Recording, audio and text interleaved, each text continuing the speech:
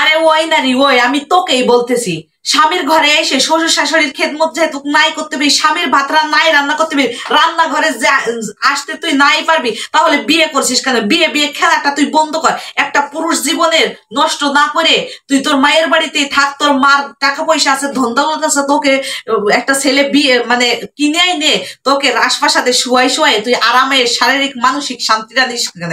মানে খোলামেলা বিয়ে বসে ছেলে খেলা বিয়েকে মনে কইরা মানুষকে হয়রানি না করে এই বিয়ে নামে বিয়ে খেলা মা মাইয়ে এরা এই বন্ধ কর।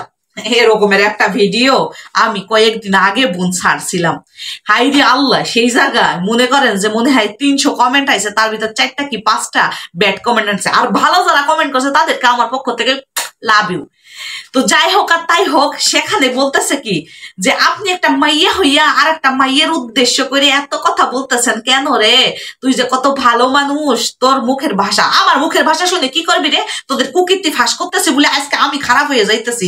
আরে আজকে এইখানে প্রতিষ্ঠিত হইতে পারছি, আজকে এই জায়গাটুকু আনতে পারছি, শ্বশুর শাশুড়ি ননদ ভাসুদের কথা হজম করতে পারছি বিদায় আজকে এই জায়গাটুকু তৈরি করতে পারছি।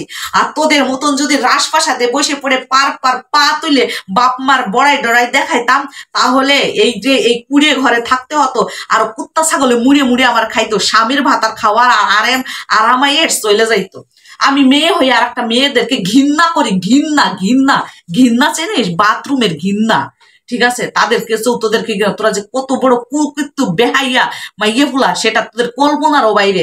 তোদের মারা তো মনে করে যে তোদের বাবাদের অনেক ধন সম্পত্তি টাকা পয়সা আছে, তোর মারা তো আপেল কমলা লেবু বেঁধে না খাওয়াই খাওয়াই। তোদের মুখের যে ভাষা, তোদের মুখের যে ব্যবহার, বড়দের সাথে কিভাবে সম্মান করতে হয়, বড়দেরকে কিভাবে ব্যবহার করতে হয়, বড়দের সাথে কিভাবে কথা বলতে হয়, সেই জিনিসটাই তো তোদেরকে শিখাইনি। আর তোরা আবার স্বামীর ঘরে এসে সংসার করবি। আরে তোরা স্বামীর ঘরে আসিস কিসের জন্য জানিস?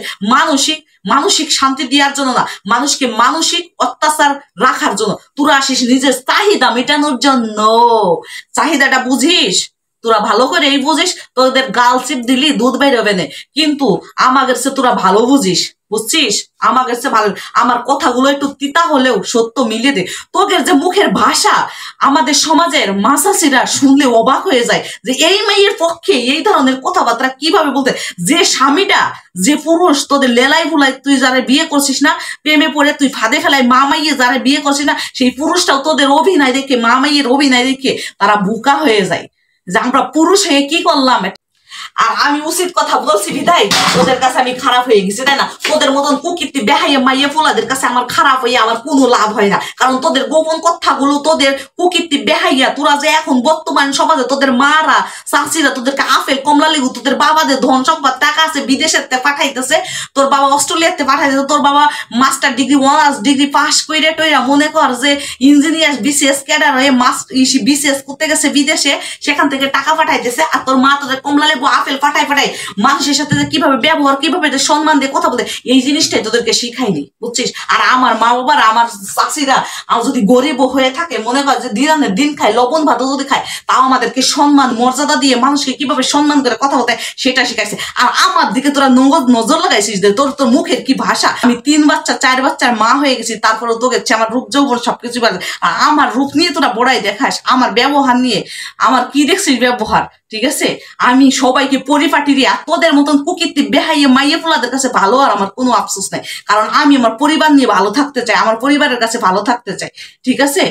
আমি তোদের কুকীর্তি ফাঁস করবো।